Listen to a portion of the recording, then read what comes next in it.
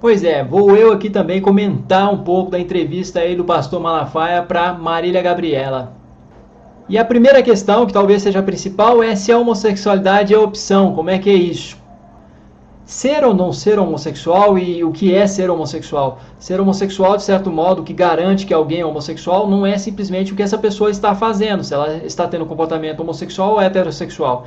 É o que ela sente, se ela sente atração por pessoas do mesmo sexo, e se essa atração é predominante em relação à atração por pessoas do sexo oposto, de certo modo ela é homossexual. Então a atração é o fundamental, o que a pessoa sente. E o que a pessoa sente, tem como ela escolher o que ela sente? Tem as características de uma escolha, a pessoa pode simplesmente, agora eu não quero mais gostar. Não quero mais gostar disso, não quero mais sentir atração por isso, vou sentir atração por outra coisa. Agora eu quero sentir atração por animais. Não, cansei de sentir atração por animais, isso não é bem visto na minha religião. Não, agora eu quero sentir atração por árvores, árvores bem verdes, floridas, abraçar as árvores, a terapia das árvores. Não, daqui para frente a minha opção vai ser a seguinte: eu não sentirei atração por nada, por nenhum ser que se movimenta. Não, sentirei atração só por mulheres com mais de 90 anos de idade.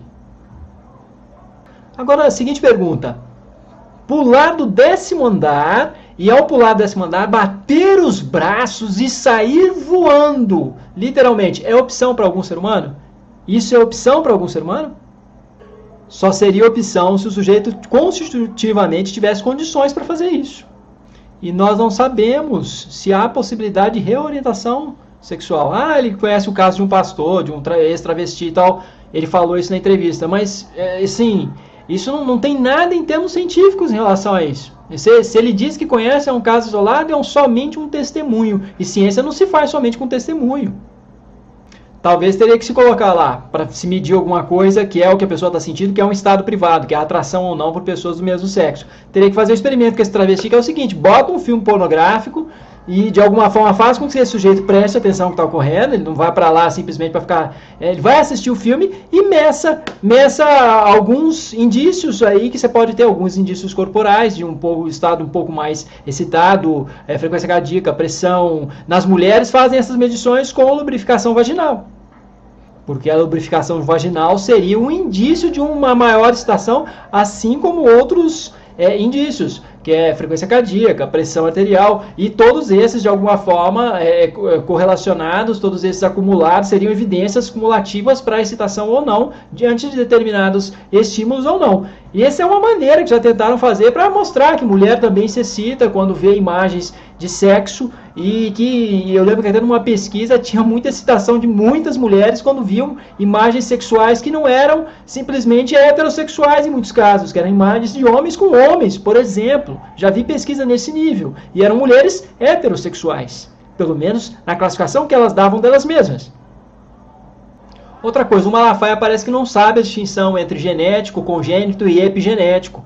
Para ele, assim, ninguém nasce homossexual, ele já logo de cara pensa no quê? Ele pensa que ou é genético, ou a pessoa aprendeu isso de alguma maneira. Ele não consegue conceber que existe também aí os fenômenos congênitos, epigenéticos, intrauterinos, que não são chamados genéticos. Então ele não conhece essa distinção.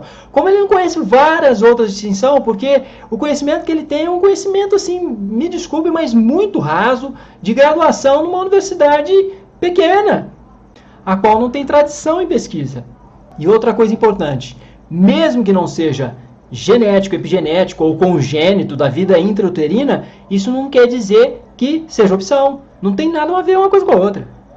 Mesmo que o sujeito tenha aprendido isso, que isso tenha se desenvolvido num aprendizado cultural, familiar, o que seja, isso não quer dizer que seja uma opção.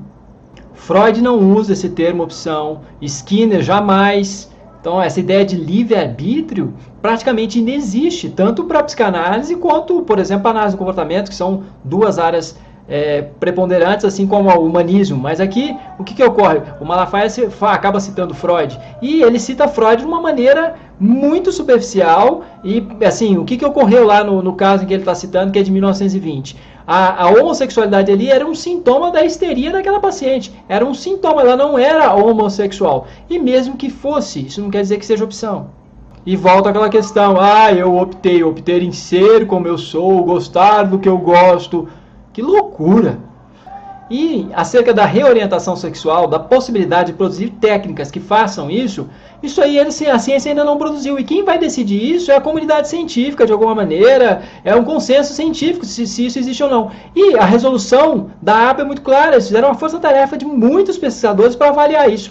Não tem eficácia. Além de não ter eficácia, provoca mais males do que benefícios. E o que mais provoca benefício, hoje as terapias mais indicadas, no caso, para quem está tendo alguma dificuldade ou está sofrendo em relação à sua orientação sexual, as terapias mais indicadas são aquelas que contemplam a diversidade das orientações. E é isso, por exemplo, que a organização, aí no caso a Associação Americana de Psicologia, as organizações internacionais relacionadas à psicologia estão formulando e que eu já falei no vídeo que eu coloco acima aí para vocês. Agora, o momento onde Malafaia fala alguma coisa que faz sentido em relação ao papel da religião na vida das pessoas, a função da religião, e o quanto que a religião, em alguns aspectos, pode ser apaziguadora para muitas pessoas. Mas não é a religião em si, é a coesão que ela provoca, é o apoio que se tem dos fiéis um para com o outro, é esse tipo de coesão que dá muito amparo para o sujeito.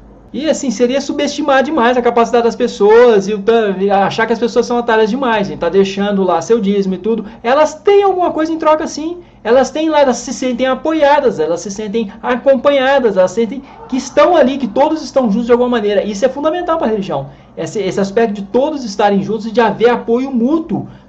Se a religião produz isso, ela acaba sendo mais eficaz no propósito dela de fazer o sujeito se sentir mais em paz, mais confortado. Então, assim, se não temos outras estruturas, porque é a carência de uma série de estruturas, onde você tiver menos lazer, onde você tiver menos centro de convivência comunitário, onde você tiver menos centro de atenção psicossocial, menos poder público e menos atenção à população, você vai ter sim mais igrejas, porque onde o poder público não ocupa com vigor, as igrejas entram e ocupam esse espaço.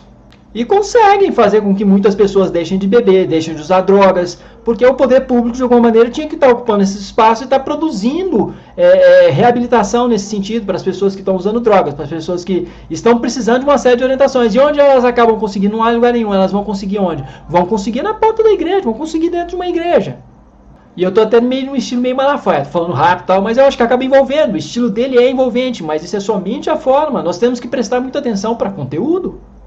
Agora vamos lá, alguns momentos de horror na entrevista dele. Tem um momento que ele diz assim, mais ou menos no final da entrevista, que Jesus falou mais do inferno do que do céu, para mostrar o quanto o inferno era perigoso, o quanto havia o risco do inferno, para mostrar o risco. Nossa, muito ameaçadora essa perspectiva de Jesus falar mais do inferno do que do céu. É muita ameaça. Falar de inferno para poder conquistar as pessoas, falar do mal para conquistar as pessoas, eu acho assim, desculpe, mas se foi, não espero que não tenha sido esse o caso com Jesus, espero que ele esteja errado, porque isso é perverso. Seja qual religião for, qual Deus for, se você estiver em algum contexto ritual e as pessoas estiverem num tom ameaçador, falando mais do mal e do perigo do que de qualquer outra coisa, e não falando do que é bom, e de alguma forma se espelhando e tentando se inspirar para poder se dirigir ao que é bom, eu acho que tem um conteúdo muito ameaçador, tem um aspecto punitivo muito grande no ar, e isso não cheira bem. E aí, aos 32 minutos da entrevista, a Marília Gabriela fez uma pergunta e ele fugiu.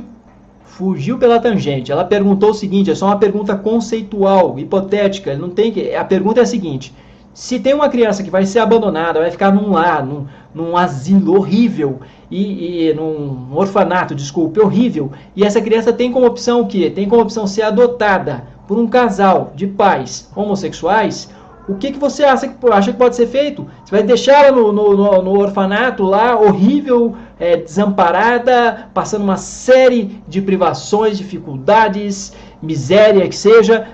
É preferível isso do que ela ser adotada por um casal homossexual? Ele foge pela tangente. Ele só tinha que responder o que é preferível, o que é pior. E de fato, peraí, ela colocou a pergunta que, claro, né?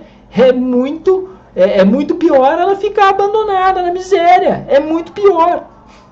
Ele foge respondendo alguma coisa que ela nem perguntou. Ele fala que tem muito mais casais heterossexuais na fila. Não tem nada a ver com isso. A pergunta é uma pergunta hipotética acerca de escolhas morais. Então, assim, as escolhas morais, elas têm uma relação num contínuo, do mais para o menos moral. Não é, talvez, muito simplesmente como ele queira, que isso é absolutamente moral e mal e ruim e perverso, e aqui você tem um absolutamente bom.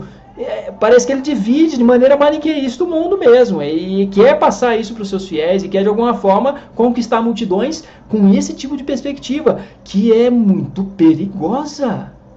É isso, meus queridos. Me desculpe por esse tom mais exaltado. Eu acho que eu encarnei um pouco aquele espírito beligerante do Malafaia. Que triste, hein?